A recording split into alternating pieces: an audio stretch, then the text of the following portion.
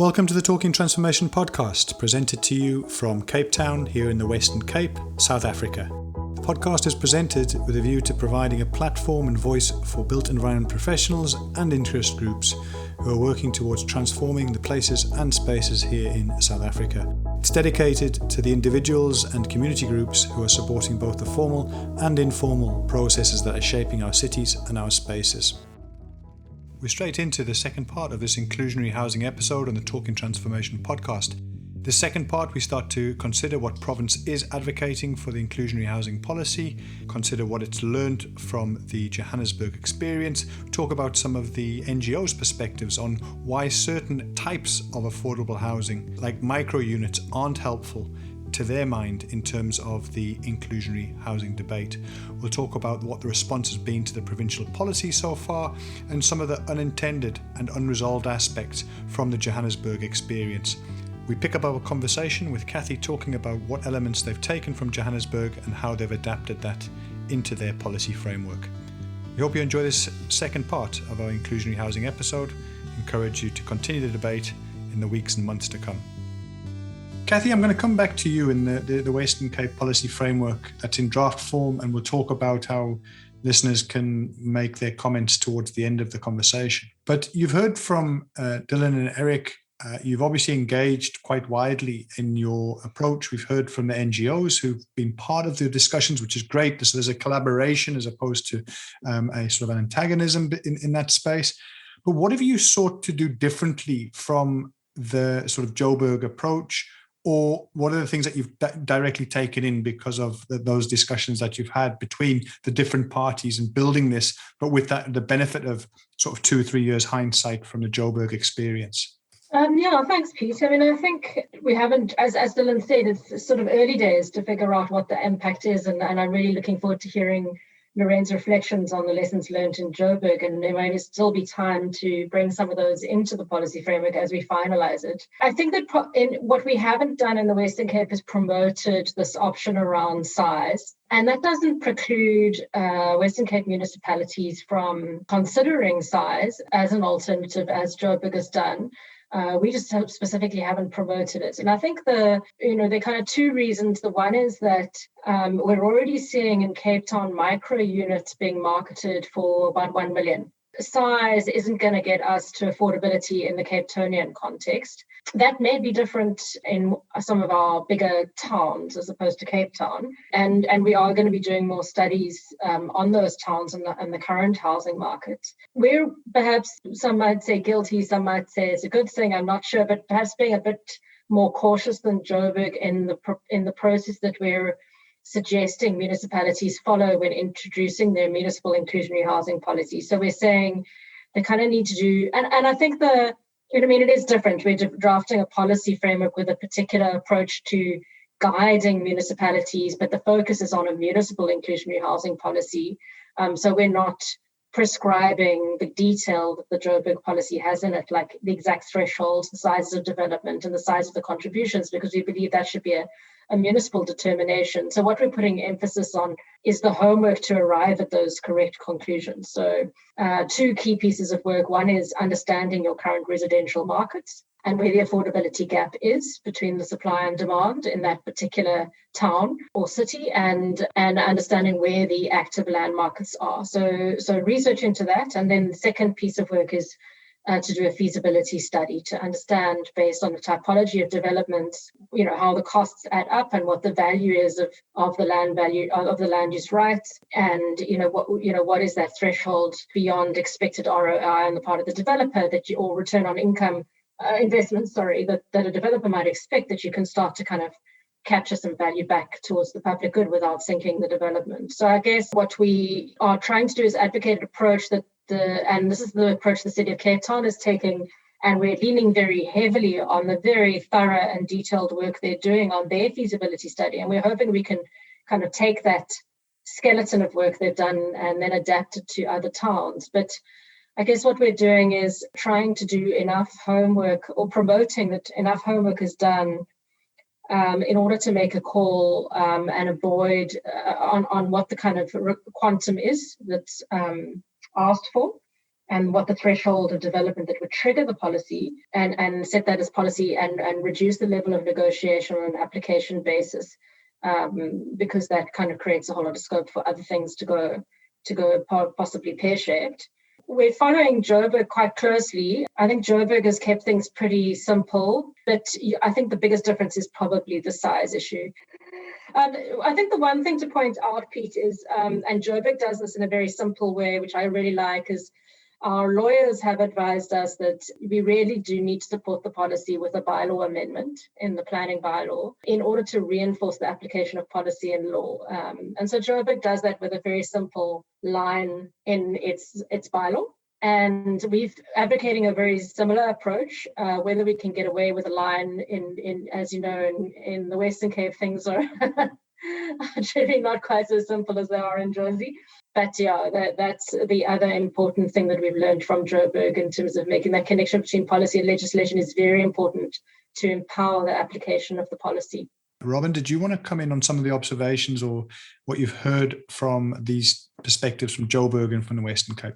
Thanks, Peter. Just to build on Kathy's point about micro apartments, of course, the land markets in South African cities are quite different, but from a Cape Town perspective, micro apartments really are not spatially just. So in addition to what Kathy said about just, what the overall price ends up being very high, say $1 million, we did some rough calculations on who would be able to afford and also fit into some micro apartments in Cape Town based on census data. And we were looking at about 2% of Black households being able to actually both afford and fit into these apartments. So that really doesn't provide the type of access to land and housing that we're after with the policy.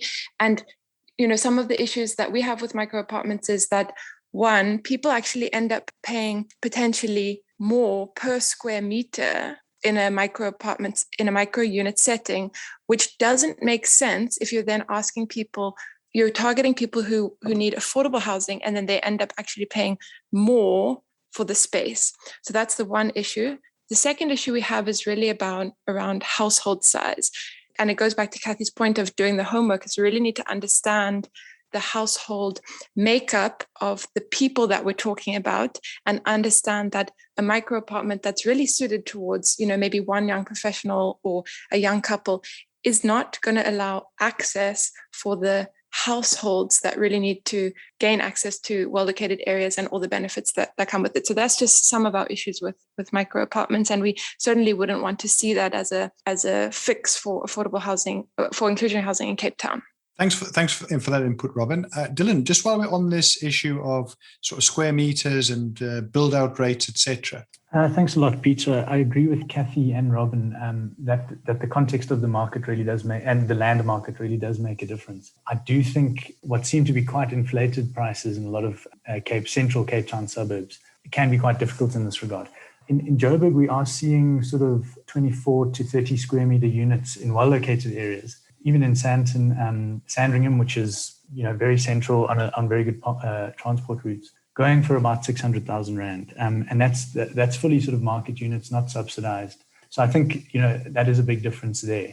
Also in Joburg, we have seen more of a trend over the last 20 years of developers actively trying to sort of go down market in terms of affordability, because that's where all the demand in the market is. The more expensive units in the city, the more expensive a unit gets in the city, the higher the vacancy rates. So lots of developers are doing a lot of work to build more affordable units.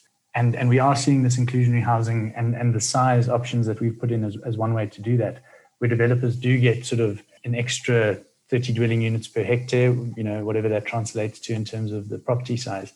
And with that, they can add on a whole bunch of smaller units. And I think, the example, the one project that Lorraine worked on in the north of the city in Midrand was a very good example of that as well. Lorraine, did you want to come in there? One of the examples that you worked on and looked at in terms of some of the unit size and the rentals that they were set at up there in Johannesburg? In one of the cases in Bona Valley area, which is north of Johannesburg CBD, what was negotiated there was unit sizes of approximately 18 square meters. A development where the inclusionary units would be incorporated into the main development. The units were going to be on the top story. I think it was a 4-story development, and the inclusionary units would be at the top, so that they're not separated from the look and feel or anything of the market units. And the rentals that were coming out of there, based on the size, as Dylan was mentioning, were going to be 3,250 rands rental per inclusionary housing unit per month in 2018. That's what came out at the time. And I'm not sure if the development has been completed and those units rented out, and if they are actually being rented out at 3,250 rands per month. So that would be interesting to find out. Yeah, so to add on to what Lorraine was saying, when we checked those prices just on the market, those were the cheapest units for rent in the Midrand node at the time. So, even though they are small, and I think Robyn's points about these micro units not being suitable for everyone, not being suitable for families, I think that was quite a good outcome of that. And Lorraine did amazing work negotiating that to effectively create the most affordable units in the Midrand node at the time. The one thing that I do get a sense is that the language that we talk as professionals, as planners, the skill sets, the negotiation. I want to hear from Lorraine around, how did that negotiation go down? But it does seem that this is a very different thing from, checking on a zoning map and saying, well, the policy says you can have a couple more units based on a density policy that we've employed. It seems that the language is changing, the skill set is changing, that there's more demand on our skill set. Am I right that the conversation has fundamentally changed if we're going to do this thing right, and that it needs to be a lot more articulate in terms of these phrases like return on investment, etc.?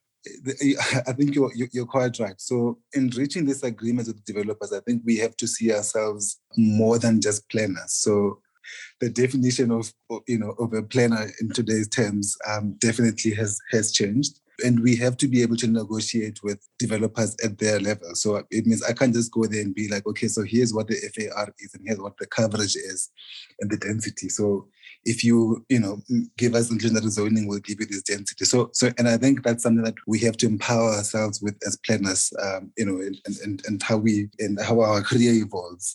What I wanted to sort of raise, the issue as well that sort of came to my mind is, one of the difficulties that we have is, how do you keep an inclusionary unit inclusionary over time? So if you take the example that Lorraine has given in Bona Valley, we don't have any mechanism to ensure that after 5 years, that rental does not go up as much as the other units in the building. And that's where the difficulty came in also with incentives, because we can't give you incentives that have to do with contributions and things like that if we have no control over who's going to be living in the building. And I think one of the questions that was asked in the chat box was, how do you control who lives in those units? We have, take this Bona Valley development, for example. It could be a Cape Town businessman, didn't like using this example, that has meetings in Joburg once a month and doesn't really like staying in hotels. And they can actually sign a lease and pay the 3.5 because it's the same as what they would be paying in hotels, and they get the same. It's well located, and right across the street, you've got units going for way more than 1 million.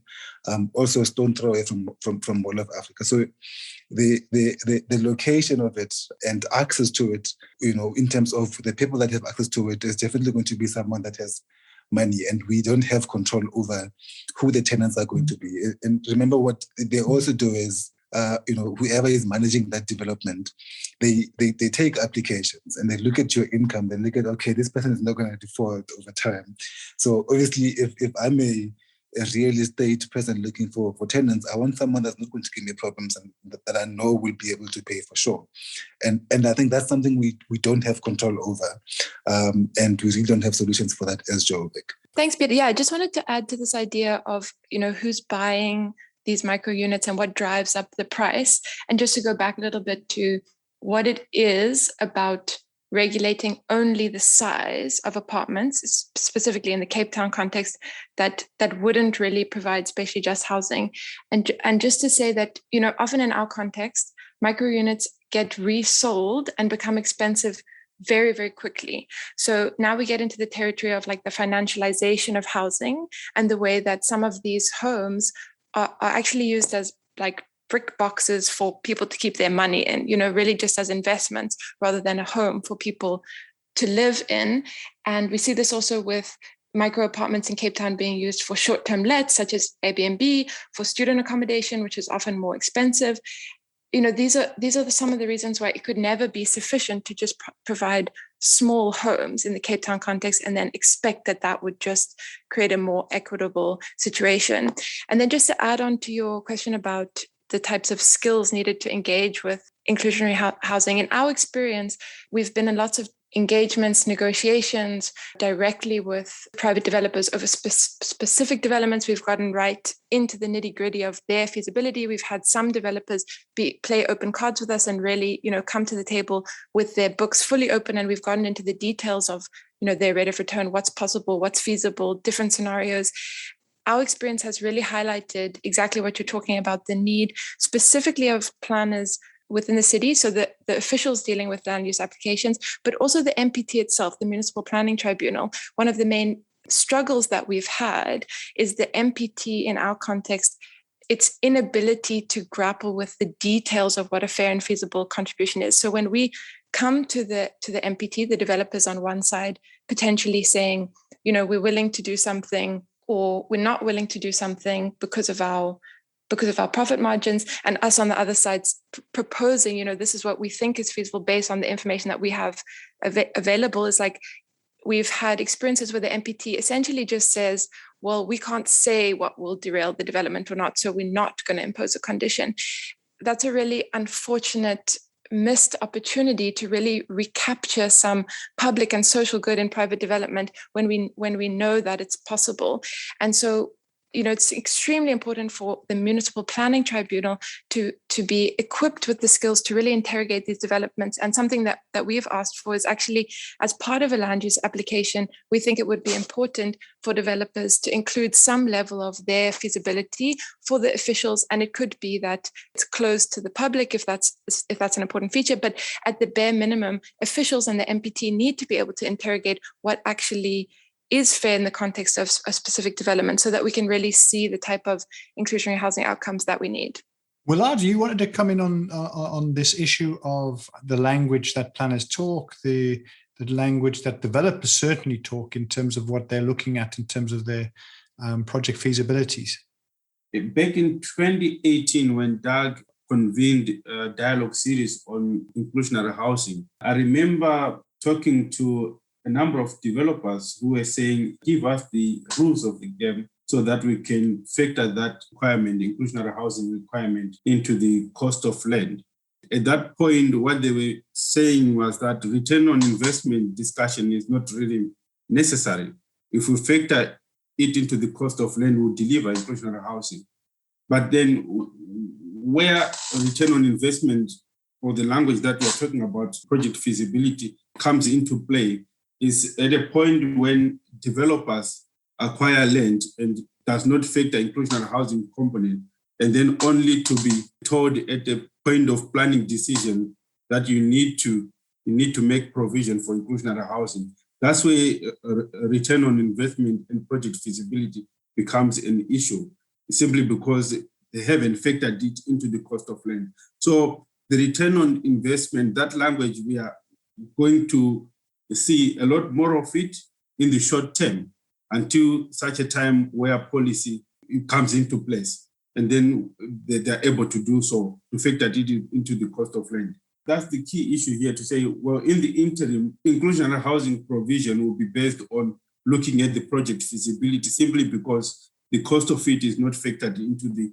land. The developers, I believe most of them would agree that when they acquire the land for redevelopment, they use what we call the residual land valuation, where inclusionary housing requirement might be one of those requirements that are included into the costing of that land.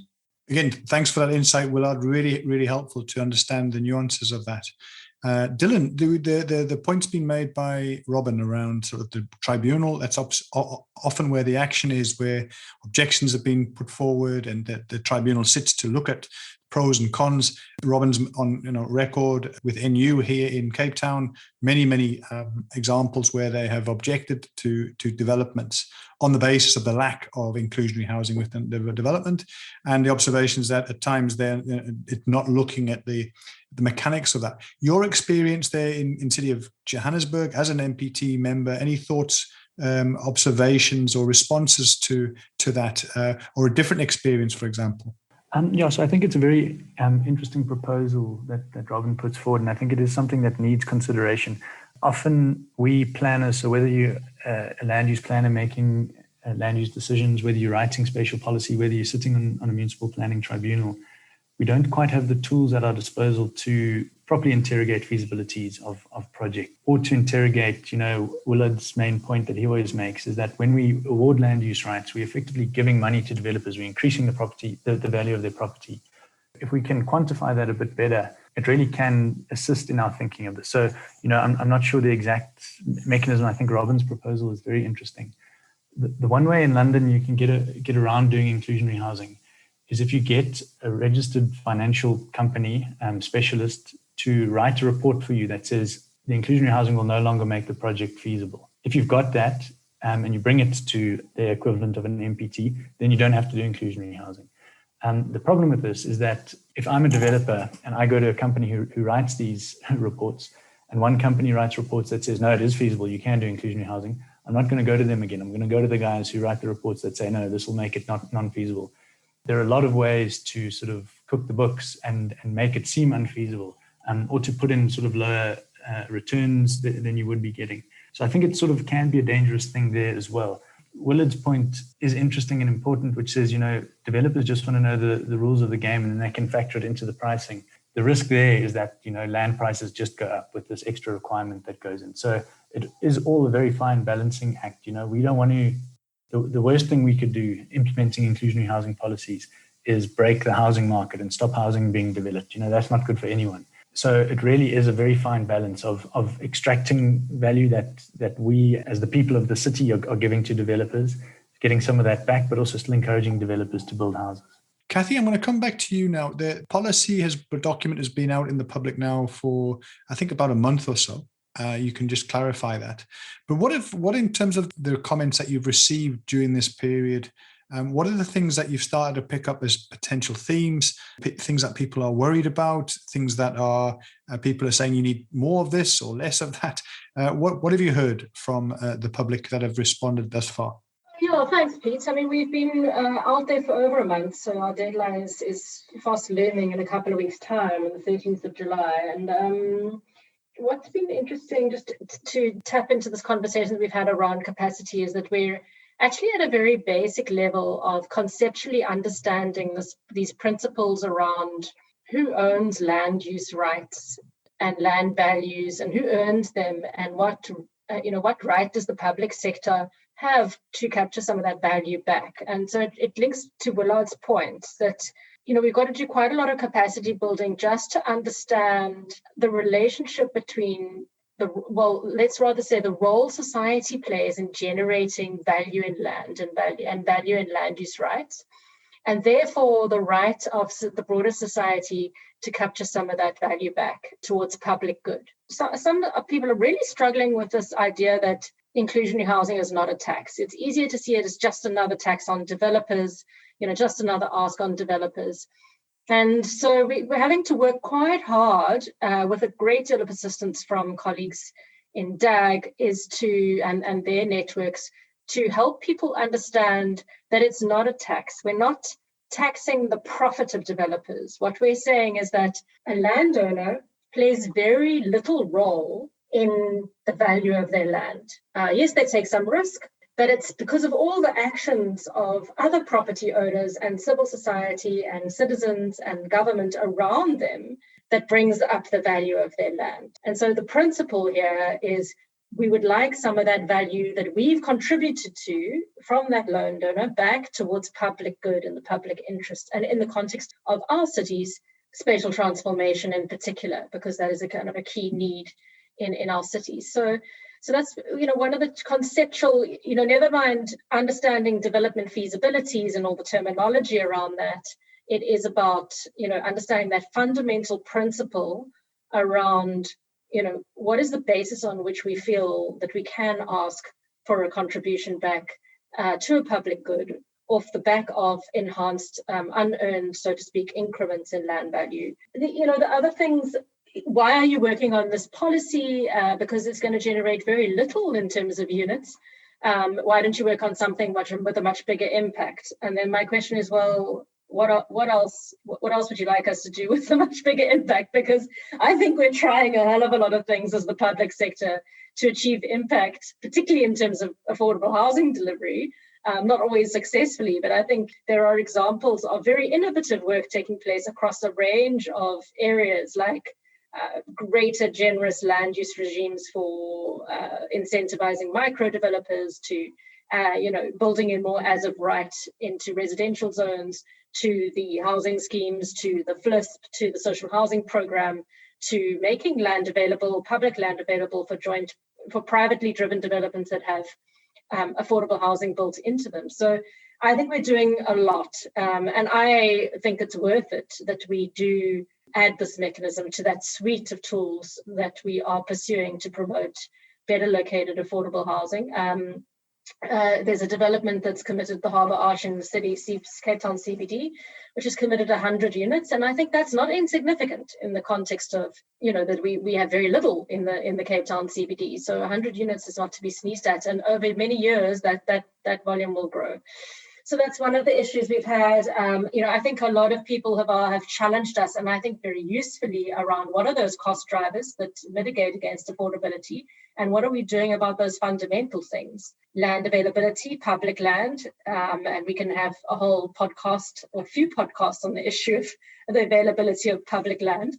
And the ease of doing business, so the costs of getting planning permissions is a major cost driver. And the research in the city is suggesting that is a massive cost driver, the time it takes to get permissions, particularly in the Western Cape and in the city of Cape Town. So emerging a very interesting debate. Again, another possible podcast, Pete, is around, well, if we liberated zoning schemes, residential zoning across the city, might we not have the same effect in terms of promoting more affordable supply of residential? And I think that is a very interesting debate. I'm not convinced by it, and there's some international literature that says that it's not necessarily going to achieve affordability. I think in the context of these very well located areas in Cape Town, where the markets are so strong, we've seen that incredibly generous land use rights in the Atlantic seaboard, and a lot of development activity. And so that kind of deregulation, so to speak, of that area hasn't resulted in more affordable stock. But I think it is an interesting debate. And so what I like about this process is it stimulated a lot of meaningful discussion and debates around the role of zoning schemes and the role of planning and its role in driving up land costs, and what that means for affordability. Otherwise, I do want to say, Pete, that there's been very positive reception in principle. And I think that Ndifuna, Ukwazi and Joburg have paved the way for us in terms of demonstrating that this is not if, this is how. And so people have engaged much more constructively around the how. And we haven't wasted a whole lot of time on the principle of it, which I think is really great, and I think shows us that we are in a particular time in our lives in the cities that makes space for this conversation. Also picking up on Kathy's example of Harbour Arch, that Harbour Arch is one of 12 developments in well-located areas in Cape Town that over the past 4 years, in lieu of policy, has agreed to some form of affordable housing in Cape Town, which really shows that the momentum is building, and also that it's definitely possible if developers are able to do it now without the rules of the game. As the rules become clearer with the Cape Town policy coming into place, it will only become more possible, and hopefully we'll see more meaningful contributions.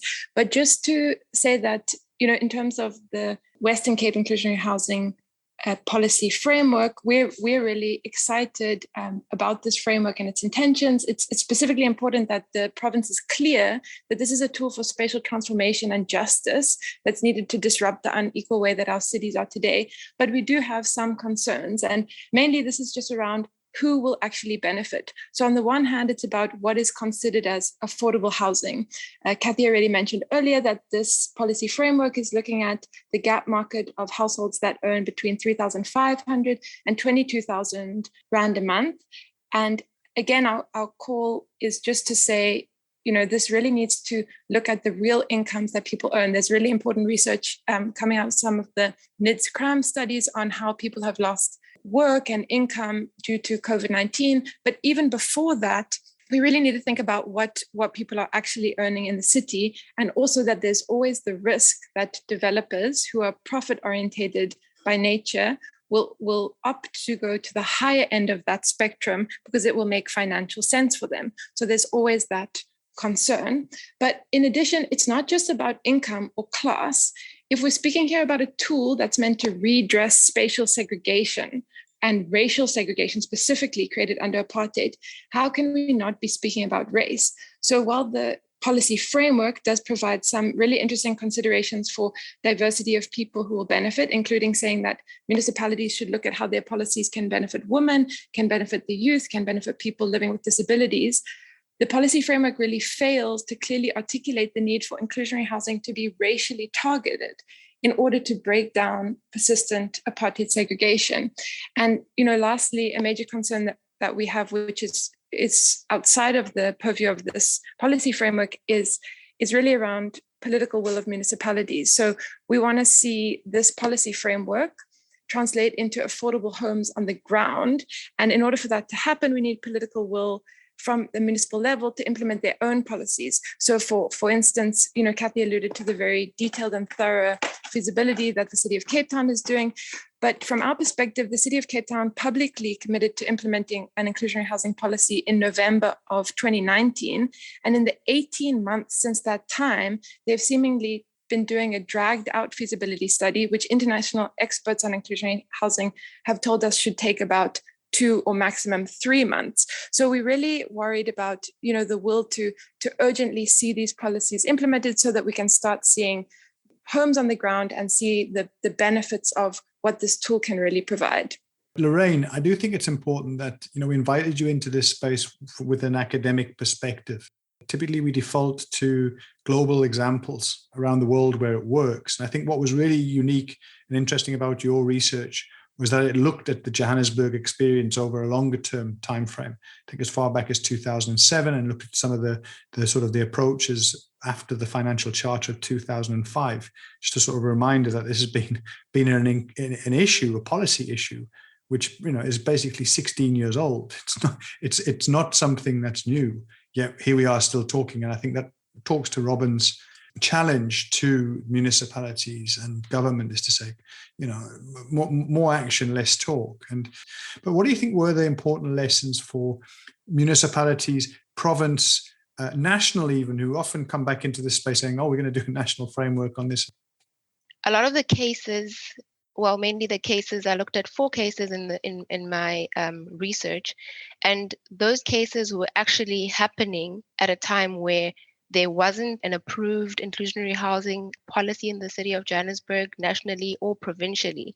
And these were cases that were being negotiated by the city officials with developers on a case-by-case basis, looking at whether it was taking advantage of opportunities where there's city-owned land, or where there is a demand for the developer or pressure from a developer to exceed the development thresholds within that space. So in order to amend that policy or to push the boundaries, then officials would be taking advantage of that opportunity, that gap, to start negotiating with developers to now start including inclusionary housing into their developments. One of the key lessons, irrespective of the fact that these cases were happening anyway in Joburg, some of the interviews and discussions with officials actually did pick out that there were a number of other cases that were actually taking place. And I think that one of the key lessons here is really the importance of negotiation with private developers, as this works in building a case for an inclusionary housing policy development. I do think that the City of Johannesburg inclusionary housing policy is as a result of a build-up in these negotiations, as they present opportunities to explore what works and what doesn't in the different contexts of the different cases. In as much as we want to mandate inclusionary housing development, which provides that policy certainty, we do not want to close the door on the conversations with developers, as a lot can be learned from those negotiations, and that can help build the inclusionary housing policy. Another lesson basically is that we do need a policy framework. It's definitely necessary to clearly define what is meant by inclusionary and affordability, and to outline how it should be implemented, and therefore also give the guidance to planners or officials in their negotiation processes or their discussions and engagements with developers. I can't stress institutional capacity enough. Institutional capacity in a lot of ways around understanding development processes and costs better by officials in order to be able to be in a better position to negotiate with developers. As part of the resistance with those negotiations initially is generally the fact that officials do not fully understand the development process and the costs and the frustrations that sit with developers. And then over the long run as well, looking at developing and reviewing the inclusionary housing policies and implementing it, and looking at monitoring and evaluating it. So there's a lot of institutional capacity that needs to be built into the process that needs to be carefully considered by government in developing inclusionary housing policy. I think I'll close it there. Thank you. Kathy, I'm going to come to you. We started by saying your policy framework is out for public comment. So the obvious question right now is to say, 1, where can people find out more about the document? 2, when is the closing date for comments? If you can maybe elaborate on that, please. The deadline is the 13th of July. Comments should come to ourselves, care of the email address michael.haythorn, HATHORN, at westerncape.gov.za. All the documents, the draft policy framework, a frequently asked questions document, the presentation that we've been doing to stakeholder engagements is available on our website. So westerncape.gov.za, and you go to the Environmental Affairs and Development Planning Department and it'll be there. But of course, if anyone's struggling to reach it, they can email me at catherine.stone@westerncape.gov.za. Repeating that the D-Day is 13th of July. So colleagues, let's take a quick round robin of observations and thoughts. I'm going to start with you, Willard, there from the DAG perspective. Your closing comments and thoughts on the conversation this evening. I think it is absolutely necessary to take stock of the inclusionary housing related processes and decisions to understand what has happened and if the goals and aims of inclusionary housing development have been met in actual practice.